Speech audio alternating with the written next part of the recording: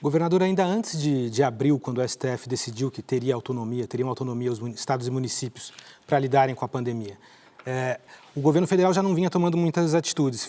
Mesmo as primeiras ações, ainda antes dessa decisão, já eram ações muito dos poderes locais.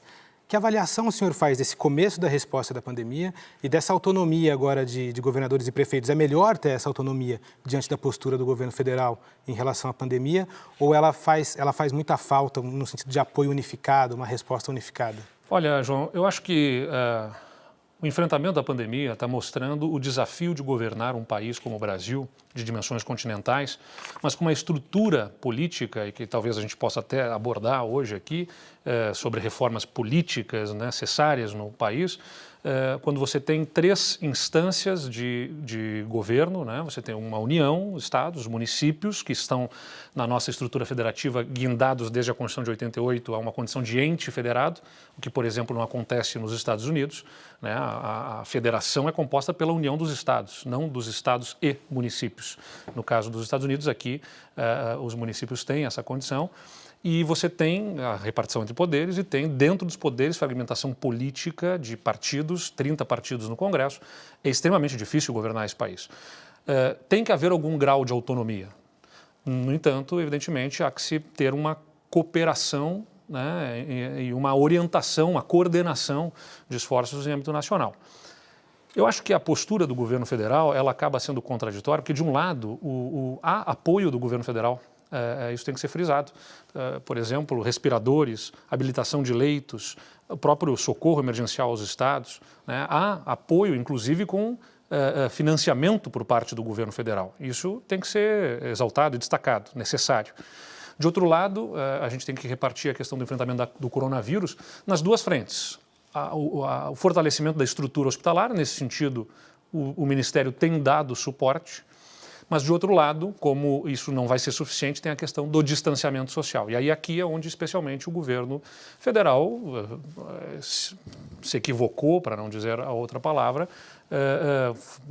barbaramente, porque o distanciamento ele é mundialmente consagrado como, inclusive pelos países com boa estrutura, com capacidade financeira, como uma ferramenta capaz de retardar o crescimento, a disseminação do vírus, o índice de contágio.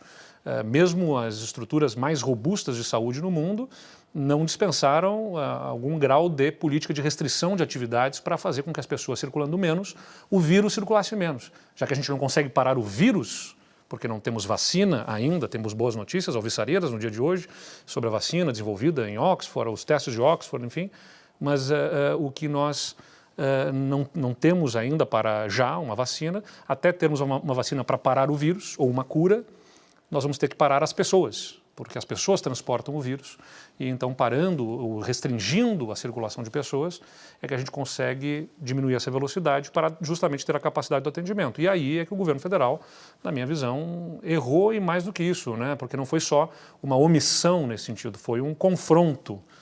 Foi um enfrentamento, foi ir contra as políticas estabelecidas nesse sentido, o que acabou gerando mais contestação, dificuldades políticas na gestão do modelo de distanciamento. Dificulta para os governadores essa postura do presidente? Dificulta para o povo, no final das contas, Acho que dificulta para a população, porque, bom, para o governador, isso não é. Você tem que gerenciar um modelo que há um elevado nível de contestação, que é liderado pelo próprio presidente da República. Isso, evidentemente, gera dificuldades. De outro lado, ressalto mais uma vez, o Ministério.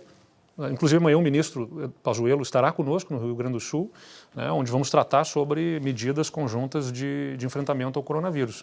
Então, eu ressalto que da parte de enfrentamento, quando você vê política de saúde para o enfrentamento, a estruturação do sistema, isso está acontecendo, uma boa interlocução com o Ministério.